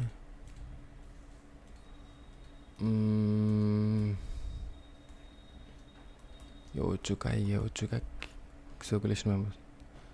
अच्छा, section 111 circulation of members resolution, ये नहीं हुआ है। ओके, ये करवा लेंगे, कोई टेंशन वाली बात। पोस्टल बैलेट हो चुका है। सर्कुलेशन ऑफ मेंबर्स रेजोल्यूशन, सुनो अच्छे से, सर्कुलेशन ऑफ मेंबर्स रेजोल्यूशन बहुत ब्यूटीफुल है, इसको हम लोग करेंगे, ठीक है, सर्कुलेशन मेंबर्स रेजोल्यूशन को। अच्छा, एक इम्पॉर्टेंट पॉइंट है यहाँ से, ठीक है, जो क्वेश्चन एग्जामिनेशन में आ जाता है नॉर्मली मिनट्स का। मिनट्स में ना कभी कभार ऐसा होता है कि चेयरमैन कहता है कि ये सारा चीज़ इंक्लूड मत करो मिनट्स में, जो मिनट्स रिकॉर्ड करता है ना उसको बोल देता है कि ये सारा चीज़ जो है इंक्लूड मत करो। लेकिन चेयरमैन वो कब कहता है? 3 कंडीशंस है, देखो यहाँ से करेंगे। Minute shall contain a fair and correct summary रहेगा, मिनट में कोई भी झूठा चीज़ नहीं रहना चाहिए। Of the proceeding of the meeting the company secretary shall record the proceeding of the meeting where there is no company secretary any other person authorise by the board, ठीक है। The chairman shall ensure the proceedings of the meetings are correctly recorded, ये chairman का काम है कि पूरा properly record हुआ हो। Chairman has absolute discretion to exclude, समझ में आ रहा है, एक्सक्लूड कर सकता है chairman from the minutes matters which in his opinion are, क्या क्या चीज़, कौन सा मैटर्स? नंबर 1 पहला, matter which in his opinion are और could reasonably be regarded as defamatory of any person, ये पहला पॉइंट है। अगर कोई पकड़ मीटिंग में मेंबर उठ के डायरेक्टर को गाली दे दिया फॉर एग्जांपल, ठीक है, तो क्या वो मिनट्स में रिकॉर्ड करके रखेंगे कि ये वाला शब्द इस्तेमाल किया गया था इस प्रकार के डायरेक्टर के लिए? नहीं, नहीं रखेंगे, नहीं रिकॉर्ड करेंगे। तो एट दैट मोमेंट डायरेक्टर के अपना चेयरमैन कहेगा कि भैया इस चीज़ को हटा देना, इसको इंक्लूड मत करना मिनट्स में, ठीक है, पहला। दूसरा, इररिलेवेंट और इमैटेरियल टू दी प्रोसीडिंग, ठीक है, ये दूसरा पॉइंट है। 3 पॉइंट है, याद रखना, एक हो गया, ये 2। इररिलेवेंट इमैटेरियल मतलब जो मीटिंग में डिस्कस होना ही नहीं चाहिए। मीटिंग में मेंबर उठ के पर्सनल सवाल पूछ रहे हैं, बोल रहे कि सर आपका बेटी जो है वो कितने साल का हो चुकी है, मैं शादी करना चाहता हूँ उनसे, तो ये इररिलेवेंट है, इमैटेरियल है, तो इसको जो है हम लोग इंक्लूड नहीं करेंगे मिनट्स में, चेयरमैन कह सकता है। और lastly, which are detrimental to the interest of the company, detrimental to the interest of the company. Detrimental to the interest of the company का मतलब क्या होता है? जो कि कंपनी के हित के अगेंस्ट हो, वो सारा चीज़ हम लोग मिनट्स में रिकॉर्ड करके रखेंगे नहीं। जो भी कंपनी के हित के अगेंस्ट हो वो सारा चीज़ हम लोग रिकॉर्ड करके नहीं रखेंगे, इस बात का ध्यान रहे, ठीक है। मिनट्स में सिर्फ यही, बाकी जितना भी चीज़ है ना मैंने चार्ट फॉर्मेट में आपको करवा दिया है। और बाकी नॉर्मल एक चीज़ जरा याद रखना, सिर्फ मिनट्स में क्या रिकॉर्ड होता है, सब कुछ, ठीक है। बाकी जो डायरेक्टर 3 चीज़ चाहेंगे, चेयरमैन, वो आप हटा सकते हो। फिर ड्यूटीज़ ऑफ कंपनी सेक्रेटरीज को रीड कर लेना है, ये आपका पर्सनल फेवरेट टॉपिक होना चाहिए। इसके साथ ही चैप्टर ख़त्म होगा, लेकिन इससे पहले एक टॉपिक जो है वो हम लोगों ने शायद स्किप कर रखा है, ये circulation of members resolution section 111। ये बहुत ब्यूटीफुल सा टॉपिक है, section 111 circulation of members resolution. ये जो टॉपिक है ना, ये मैं नेक्स्ट क्लास करवाऊंगा। क्यों करवाऊंगा मैं आपको समझा दूँ। इसका मैंने चार्ट बना रखा है और मैं भूल गया था कि यार ये तो ये चैप्टर में है, तो उस चार्ट से करेंगे हम लोग। तो नेक्स्ट क्लास जब भी करेंगे तो पहले ये सेक्शन निपटा लेंगे। मैं लिख के रख देता हूँ यहाँ पे कहीं पे कि ये सेक्शन करवाना बाकी है, तो ये सेक्शन चार्ट से ही कर लेंगे हम लोग, ठीक है। बहुत ब्यूटीफुल सा टॉपिक है सेक्शन 111। आज जो हम लोग ये चैप्टर ख़त्म करने के बाद, ये ख़त्म हो चुका है, अभी जो हम लोग करेंगे उसको कहा जाता है, उस चैप्टर को कहा जाता है वर्चुअल मीटिंग, ठीक है। वर्चुअल मीटिंग करेंगे हम लोग, आज ही ख़त्म कर देंगे इस चैप्टर को, कुछ है नहीं इसमें। नॉर्मली एक चीज़ बताओ, वर्चुअल मीटिंग का मतलब क्या होता है? वर्चुअल मीटिंग का मतलब होता है कि मीटिंग हो रहा हो जहाँ पे सब लोग दुनिया में किसी भी कोने से मीटिंग अटेंड कर पा रहा हो, वर्चुअली वो मीटिंग अटेंड कर पा रहा हो, including the board of directors, ठीक है, including the board of directors, ठीक है, ओके। ये क्वेश्चन एक बार आया था तो इसको कर लेना है कि वर्चुअल मीटिंग के लिए क्या क्या चीज़ चाहिए होता है।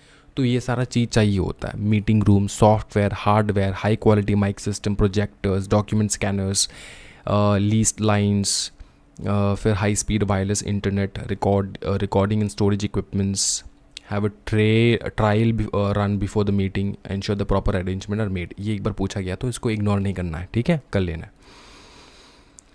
तो इलेक्ट्रॉनिक मोड में होता है, ये अपने को पता है सर, इलेक्ट्रॉनिक मोड में होता है, सिक्योर सिस्टम के थ्रू होता है।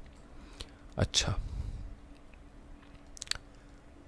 अब ना हाल फिलहाल ये हम लोगों ने यहाँ पे चेंजेस ये आया है कि according with the new amendment, according with the said amendment, जो अमेंडमेंट आया 2021 में, वहाँ पे now the following previous restricted matters, जो कि पहले रिस्ट्रिक्टेड था कि ये सारे मैटर्स हम लोग डिस्कस नहीं कर सकते वर्चुअल मीटिंग में, वहाँ पे फिजिकल प्रेजेंस चाहिए होता है सारे डायरेक्टर का, तो वो भी हट चुका है यहाँ पे।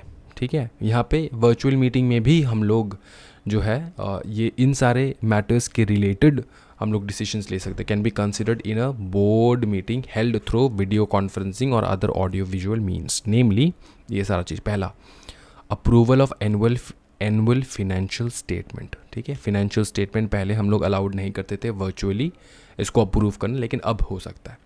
फिर approval of the board report, फिर अप्रूवल ऑफ द प्रोस्पेक्टस, फिर the audit committee meeting for consideration of financial statement including consolidated financial statement if any to be approved by the board. ठीक है, ये फिर the approval of the matter relating to amalgamation, merger, demerger, acquisition and take over. ये पहले हम लोग जो है नहीं करते थे, ये पूरा आपको चाहिए होगा। सीरियस मैटर्स है ना यहाँ पे, सीरियस मैटर मतलब जैसे कि मर्जर करना, एमलगमेट कर देना कंपनी को, डीमर्जर करना, एक्विजिशन, टेक ओवर, ये डिस्कशन बोर्ड अगर जब लेगा ना तो प्रेजेंट फिजिकली प्रेजेंट होना पड़ता था, लेकिन अभी नहीं। अभी रिसेंट अमेंडमेंट में आप घर बैठे बैठे कर सकते हो, इसमें कोई दिक्कत वाली बात नहीं है। ठीक है, ये समझ में आ चुका है सर। फिर ओके, मेरे को ओके ये यहाँ से हो जाएगा वर्चुअल मीटिंग एडवांटेजेस। ओके, देखो अच्छे से देखना, ये सारे डेफिनेशन है यहाँ से। ओके,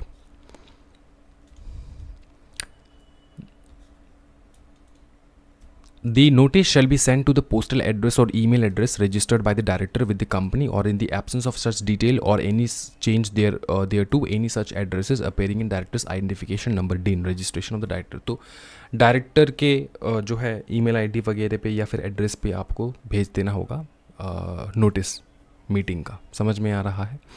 यहाँ पे और एक चीज़ होता है, क्या मैं आपको समझाता हूँ। वेव कर देता है डायरेक्टर, कहता है कि मेरे को नहीं चाहिए नोटिस, मत भेजो। लेकिन याद रखना, कंपनीज एक्ट कहता है कि आपको डायरेक्टर को नोटिस भेजना ही होगा, तो आपको भेजना ही होगा। अगर डायरेक्टर खुद से बोले कि मेरे को नोटिस मत भेजो, फिर भी आपको उसका बात नहीं मानना है, आपको भेजना ही है, ये आपका कर्तव्य है। समझ में आ रहा है?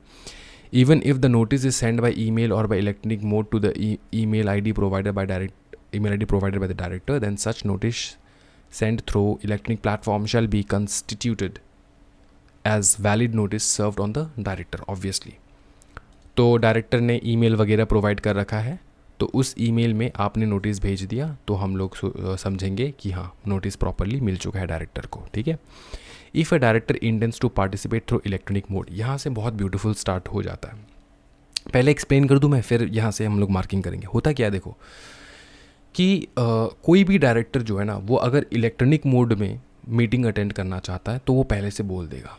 ठीक है, कि मैं इलेक्ट्रॉनिक मोड में मीटिंग अटेंड करना चाहता हूँ, क्योंकि मैं नेक्स्ट मीटिंग, बोर्ड मीटिंग जब है, आप लोगों ने जो डेट दिया है उसके हिसाब से मैं शिकागो में रहूँगा, तो इसलिए आप लोग एक काम करना, मैं इलेक्ट्रॉनिक मोड में रहूँगा मीटिंग में। तो ये बात उसको बता देना होगा कंपनी सेक्रेटरी को पहले से ही, मीटिंग जो है, मीटिंग सो दैट वो अरेंजमेंट कर पाए, है ना। मीटिंग स्टार्ट होने से पहले ही आप लोग को बता दें, सफिशिएंट टाइम से पहले आपको बताना होगा उनको। He shall give sufficient prior intimation to the chairman और the company secretary to enable them to make suitable arrangements in his behalf. अब यहाँ पे सफिशिएंट प्रायर टाइम क्या होगा? 1 घंटा पहले नहीं, जितना टाइम उनको चाहिए होता है नॉर्मली प्रोवाइड करने के लिए सारे facility, so that visual mode में वो लोग मीटिंग अटेंड कर पाएँ, उतना टाइम तो देना होगा। अब आपके कंपनी के ऊपर है कितना टाइम आपको चाहिए होता है सफिशिएंट, कंपनी सेक्रेटरी को आपको बताना पड़ेगा। पकड़ लो कोई ऐसा भी है बंदा जो साल में 1 दिन भी इंडिया में नहीं रहेगा, वो बाहर रहने वाला है for some foreign work, research purpose के लिए, क्या है, रॉकेट साइंस का रिसर्च। ठीक है, तो उस डायरेक्टर का कैसे हम लोग मीटिंग में अटेंड करवाएं, वो डायरेक्टर कैसे मीटिंग अटेंड करके वो सारा मीटिंग जो है वो ऑडियो विजुअल मीन्स से कर सकता है बाहर से? हाँ, आंसर है हाँ। तो अगर वो ऐसा उसको फील होता है कि उसकी सारी मीटिंग्स जो है ऑडियो विजुअल मोड से ही होंगे, वो प्रेजेंट नहीं हो पाएगा, तो उसको साल में स्टार्टिंग में ही, ईयर के स्टार्टिंग में ही बता देना होगा ये चीज़, ठीक है। द डायरेक्टर में intimate the intention of participation through electronic mode at the beginning of the calendar year also which shall be valid for such calendar year. Starting से बता देगा कि मैं साल में कभी भी नहीं रहूँगा, या फिर साल में इस मीटिंग में मैं नहीं आ पाऊँगा, ठीक है। Through such declaration shall not debar him from his participation in the meeting in person. पकड़ लो, उसने डिक्लेरेशन दे दिया, उसका रिसर्च ख़त्म हो गया, लेकिन फिर वो आ गया इंडिया पे, अब वो मीटिंग फिजिकली अटेंड करना चाहता है, क्या उसको अलाउ कर सकते हैं हम लोग? हाँ, वो अलाउड हो सकता है, ठीक है। तुमने नोटिस तो दिया था कि तुम नहीं रहोगे मीटिंग में, मतलब फिजिकली प्रेजेंट नहीं रहोगे, ऑडियो विजुअल मीन से करोगे, लेकिन तुम आ गए शिकागो से जल्दी, तो तुम फिजिकली भी कर सकते हो, कोई दिक्कत वाली बात नहीं है। डिबार नहीं करेगा कोई भी, तुमको रोकेगा नहीं। डिबार हिम, ये डिबार डिबार डिबार, ठीक है, डाबर नहीं डिबार, ठीक है। In such case, a sufficient intimation of attending in person is required to be sent to the company. तो अगर आप आ चुके हो तो कंपनी को बता देना कि हम आ चुके, पधार चुके, एंड हम आएंगे फिजिकली प्रेजेंट होके, ठीक है।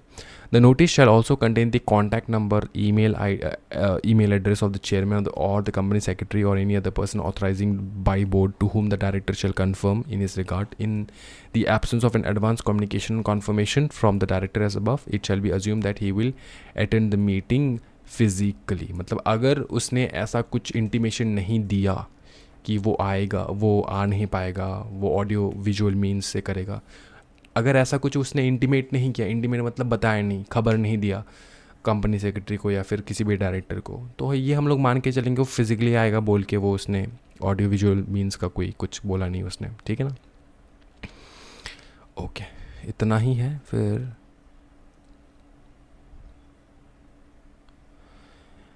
ये क्वेश्चन आ जाता है कि कोरम जो ऑडियो विजुअल मीन से डायरेक्टर कर रहे हैं, डायरेक्टर मीटिंग अटेंड कर रहे हैं, तो कोरम क्या हम लोग लेंगे उसको कोरम में इंक्लूड करेंगे? आंसर है yes.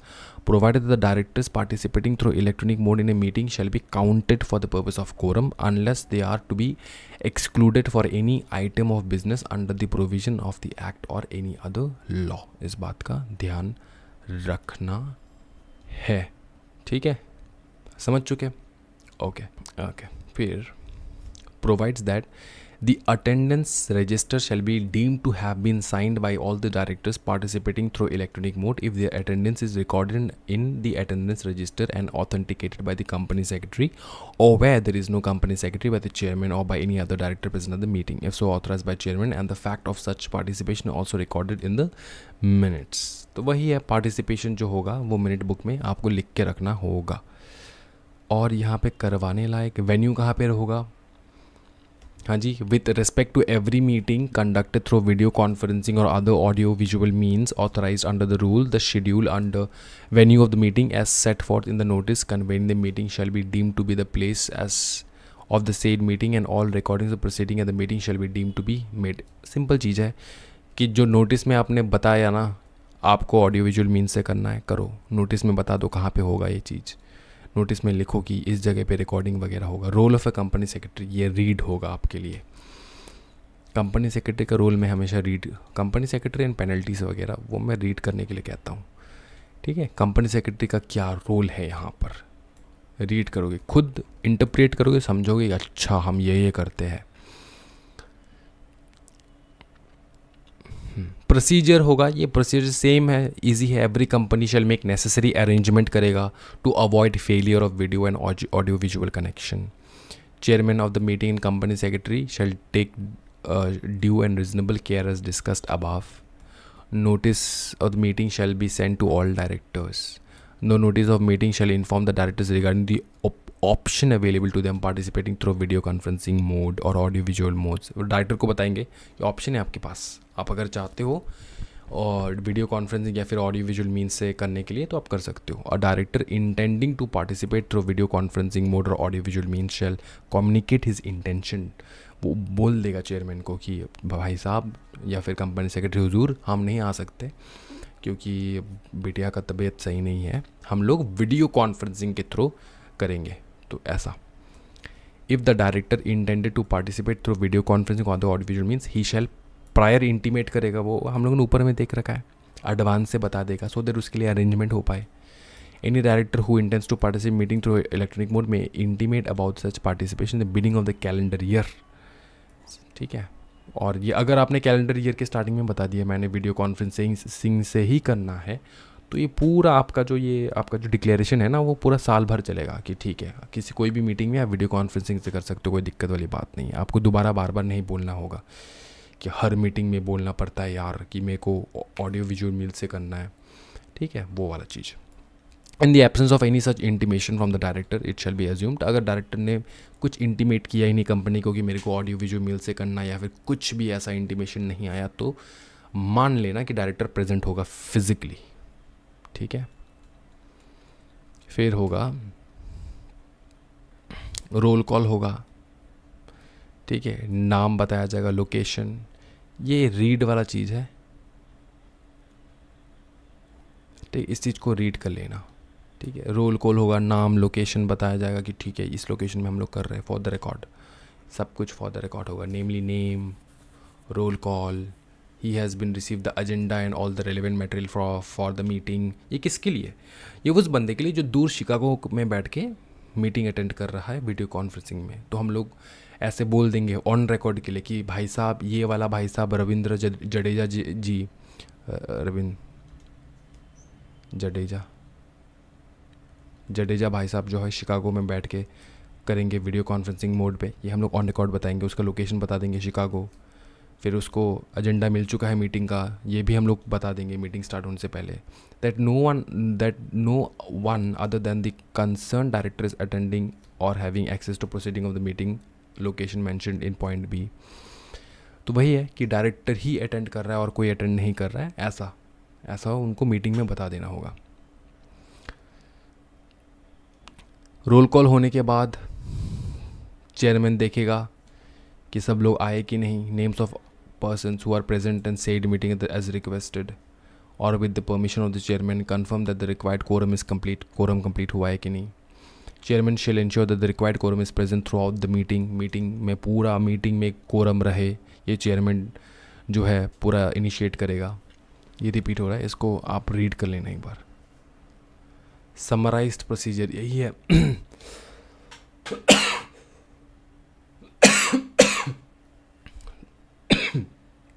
Sorry, summarised procedure of video conferencing. Roll call होगा, डायरेक्टर इंट्रोड्यूस करेगा अपने आप को, कोरम देखेंगे हम लोग आया कि नहीं। नो अनऑथराइज्ड एक्सेस, डायरेक्टर के अलावा कोई और एक्सेस नहीं होना चाहिए। Differently able director may have a person accompanying them. Ratan Tata ji for example, उनको अभी तो स्वस्थ है वो लोग, और मैं प्रे करूँगा कि आगे भी स्वस्थ रहे। अगर ऐसा बाई चांस हो जाए कि वो बोल नहीं पा रहे अच्छे से, तो उनके साथ कोई और दूसरा बंदा कंपनी करना चाहिए जो कि बोल पाए उनके बिहाफ पे कि वो क्या कहना चाहते हैं। Director to repeat if there is any disturbance, director repeat करेगा अगर कोई डिस्टर्बेंस रहा ऑडियो विजुअल मीन्स में। तो ये तो बच्चे वाला चीज़ है भाई, ये पढ़ने का कोई ज़रूरत ही नहीं है। Chairman to announce summary at the end of the meeting, minutes of the meeting to be recorded. ठीक है, ओके सर। एडवांटेज कर लेना भाई, क्या क्या है, डिफ़िकल्टीज क्या होता है। ओ भाई मेरे, एक चीज़ मैं तुमको बता दूँ, ये आता है एग्जामिनेशन में, एडवांटेज। ठीक है, एंड डिफ़िकल्टीज भी पूछा गया है। ऐसे सोचना मत कि ये क्लास 12 वाले टॉपिक है नहीं आएंगे, आ जाता है। ये वाला टॉपिक तो बहुत फेमस आया था। डिफ़िकल्टीज़ क्या क्या होता है बताओ, पूछ लेंगे एग्जामिनेशन में, तो आपको करना होगा ये चीज़। ठीक है, इसको रीड कर लेना। डिफ़िकल्टीज़ क्या होंगे? नेटवर्क कनेक्शन, पोर नेटवर्क कनेक्शन, क्वालिटी ख़राब, इंटरप्शन हो जाना। ठीक है, वोटिंग प्रॉपरली नहीं हो पाया, सॉफ्टवेयर क्रैश कर जाना, ये सारा चीज़ है। तो इसको रीड कर लेना।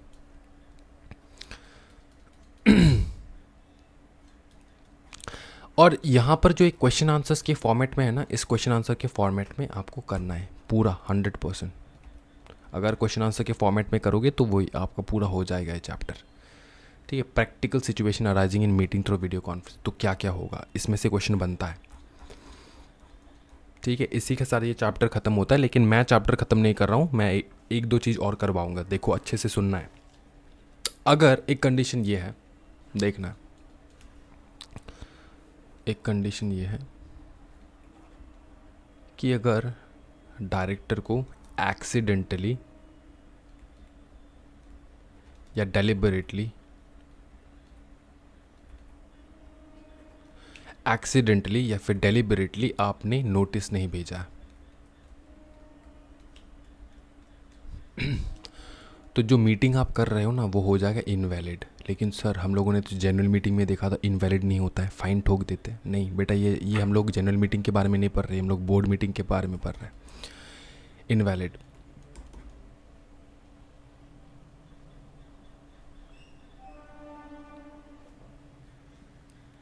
ठीक है, बोर्ड मीटिंग के बारे में पढ़ रहे, इनवैलिड हो जाएगा, ठीक है। और बाय चांस डायरेक्टर को नोटिस मिला ही नहीं, लेकिन डायरेक्टर फिर भी पहुंच गए मीटिंग में, चालू डायरेक्टर, तो याद रखना मीटिंग वैलिड हो जाएगा। फिर इस बात का ध्यान रखना है। ये शायद अपकमिंग चैप्टर्स में होगा, यहाँ पे ज़्यादा उन लोगों ने बताया नहीं। वर्चुअल मीटिंग में सिर्फ इतना ही रखा है, वर्चुअल मीटिंग में ज़्यादा कुछ करवाया नहीं, सिर्फ इतना ही करवाया। देखो वर्चुअल मीटिंग में बेसिक यही है और कुछ है नहीं इसमें, तो इसको अच्छे से रट्टा लगा लेना है। मीनिंग क्या समझ चुके हम लोग, ठीक है, क्या क्या चाहिए होता है। एंड ये सारे जो ये क्वेश्चन पूछा गया था बहुत बार, इस बार भी आ सकता है, ठीक है, तो कर लेना इस चीज़ को।